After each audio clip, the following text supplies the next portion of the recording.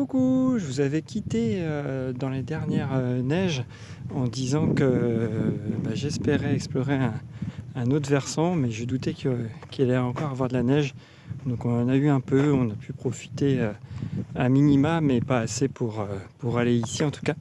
Donc je le fais là, en mars, la fin mars, et avec de très très bonnes conditions, même si le temps est un peu en train de changer. Donc voilà, une petite balade de 25 km avec de la forêt et puis quelques beaux panoramas. Et j'espère que vous allez vous régaler autant que j'ai pu le faire tout du long de la journée. Enjoy!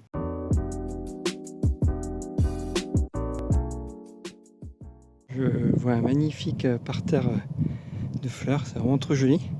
Et en arrière-plan, on voit encore une partie de la petite colline là, qui est en train de cramer. La Roumanie, c'est ça aussi. Là, si on prend le temps d'arriver à trouver un endroit où se garer et qu'on sort un peu des sentiers battus, là, on arrive sur des coins vraiment fabuleux, magnifiques et totalement déserts. Là, j'ai croisé absolument personne depuis que j'ai commencé ma petite randonnée et je ne connais pas du tout ce coin. Là, je suis mon instinct et pour l'instant, il me trompe pas parce que c'est vraiment une superbe balade avec la nature, que des bruits de nature. Et on profite vraiment, quoi. Et c'est vrai que là, il n'y avait pas de parking, par exemple, pour accéder à cet endroit. Il n'y a pas vraiment de balisage. On voit quand même quelques petites marques sur les arbres qui permettent de garder un tant soit peu son chemin. Le chemin est quand même bien emprunté, bien visible là. Et je ne sais pas vraiment où ça mène, parce qu'il n'y a pas de panneau d'indication et tout. Donc on voit vraiment que c'est pas organisé pour du tourisme.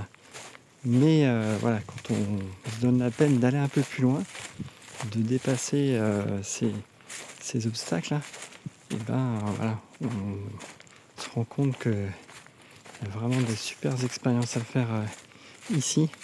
Et là, j'en suis vraiment qu'à mes tout débuts. J'ai l'impression que j'ai déjà dit dans une précédente vidéo, mais que c'est un terrain de jeu immense. Et vraiment, oui, on peut profiter de la nature pleinement. Et je ne sais pas s'il y a beaucoup de pays où on peut encore faire ça, quoi.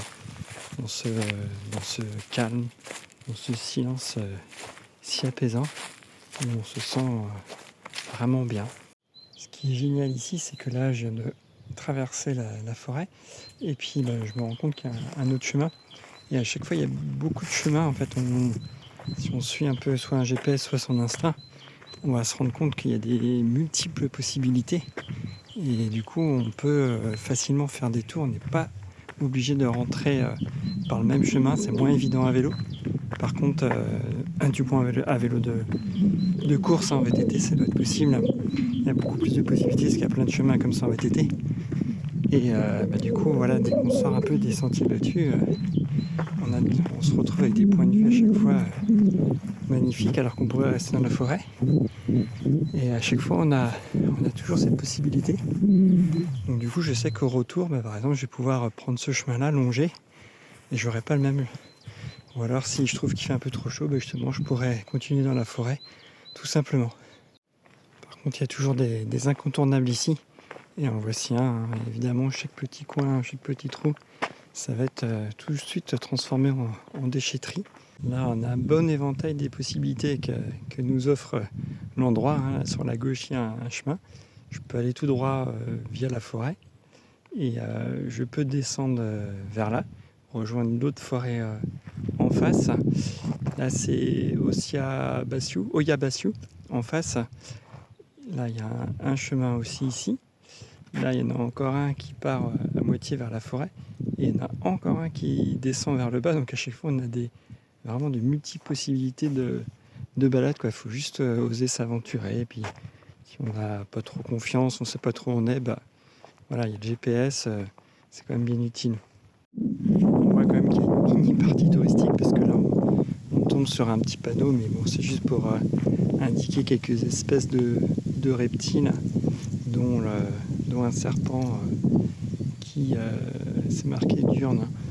On comprend quand même assez facilement. Il suffit de se mettre un petit peu au roumain, l'écrit ne pose pas trop de soucis. Ça fait à peu plus d'une heure et demie que je suis parti là, 7 km 5, et toujours un cadre somptueux, hein. Et j'ai croisé absolument personne, si ce n'est quelques animaux, et ça se limite à des oiseaux pour l'instant là, pas de renards et de chevreuils, j'en vois pourtant fréquemment, mais là j'ai pas encore vu. Et puis on voit si là il y a une buse juste en face qui est en train de passer au-dessus de nous. Je sais pas si on la voit à l'écran. Donc ça paraissait assez fréquent, hein.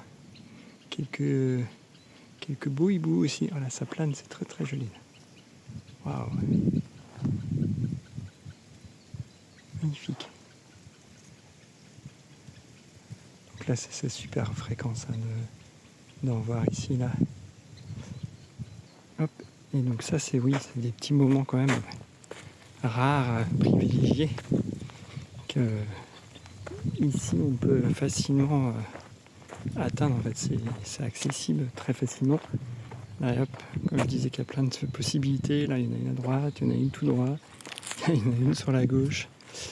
Donc, on va suivre toujours pareil à l'instinct. Allez hop, c'est reparti. À nouveau sorti du bois et sur les collines. Donc là, on va avoir Florecht, d'où je viens juste en face, hein. Et puis, on va faire la jonction tout doucement avec Cluj. Et voilà, qui s'étend vraiment sur une longue distance. Là, on voit pas la fin, hein. Mais voilà, le petit panorama. Voilà, et là, il y a une dizaine de kilomètres en voiture d'un point à l'autre. Là, ça paraît pas trop, mais en fait, c'est à peu près ça, là, une dizaine de kilomètres. Encore un bon exemple de la multiplicité des chemins, parce que là, je viens d'en face. Il y en a un autre qui est ici. Il y en a un autre qui est juste en face.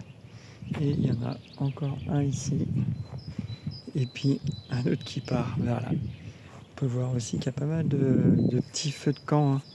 Il y a beaucoup de feux allumés parce que c'est une des grandes spécialités roumaines, hein. Un de leurs passe-temps favoris, c'est les pique-niques en extérieur. Donc ici on voit que il y en a quand même pas mal, et il est assez récent là, hein. Donc il y a dû y avoir du monde il n'y a pas trop longtemps. Ça doit être un lieu assez fréquenté de pique-nique. On allume des feux et on y mange. Et là j'ai eu l'occasion de me balader ces derniers temps. Là il fait très beau là, ce mois de mars, et assez chaud, hein, une quinzaine de degrés. Et effectivement je suis tombé sur des jeunes qui étaient en pique-nique, donc ils étaient venus en voiture. Par contre là je vois difficilement comment on peut venir en voiture, mais ça doit passer en 4x4, ça doit passer. Et sinon j'ai viens de croiser un quad aussi. Mais voilà, donc ils n'hésitent pas en tout cas à venir dans ces lieux en tranquillité pour se retrouver et puis avoir des petits moments comme ça de convivialité. Et voilà, 2h30 de marche et on est à Oiabățiu, c'est la ville juste en face. Et donc Cluj est juste de l'autre côté de la forêt. Et donc ça c'est la fameuse forêt qui est assez connue, où j'ai déjà fait des vidéos.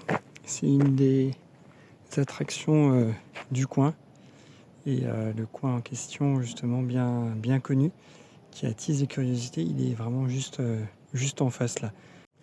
Et voilà, le retour dans cette forêt sacrée avec les arbres à la caractéristique si particulière, bien tordus, même si finalement on en voit quand même pas mal dans toute la forêt, mais là c'est un peu plus que la normale, on va dire. Et puis là le fameux petit lieu, le petit sanctuaire, où certains ressentent des ondes, de l'énergie, et d'autres qui ne sont pas sensibles, pas du tout. On va se quitter sur un petit travelling sur Florecht, là où je vais me rendre. Et puis les montagnes en arrière-plan, là, les 1200, 1300, 1400, et on voit encore quelques petites taches blanches, hein. Et ils annoncent peut-être un peu de neige en fin de semaine, en hauteur, c'est sûr, et même en plaine. Donc à voir si ça va vraiment arriver, parce que là ça va être surprenant, parce qu'on avait quand même du 20 degrés Bon, le matin, c'est toujours frais, hein, c'est autour de 0, -1, -2, et puis, ou alors 3, 4, pas plus. Mais en après-midi, on arrivait jusqu'à 20, donc ça, si vraiment on a de nouveau de la neige et des gelées, ça va faire mal quand même. Allez, bye!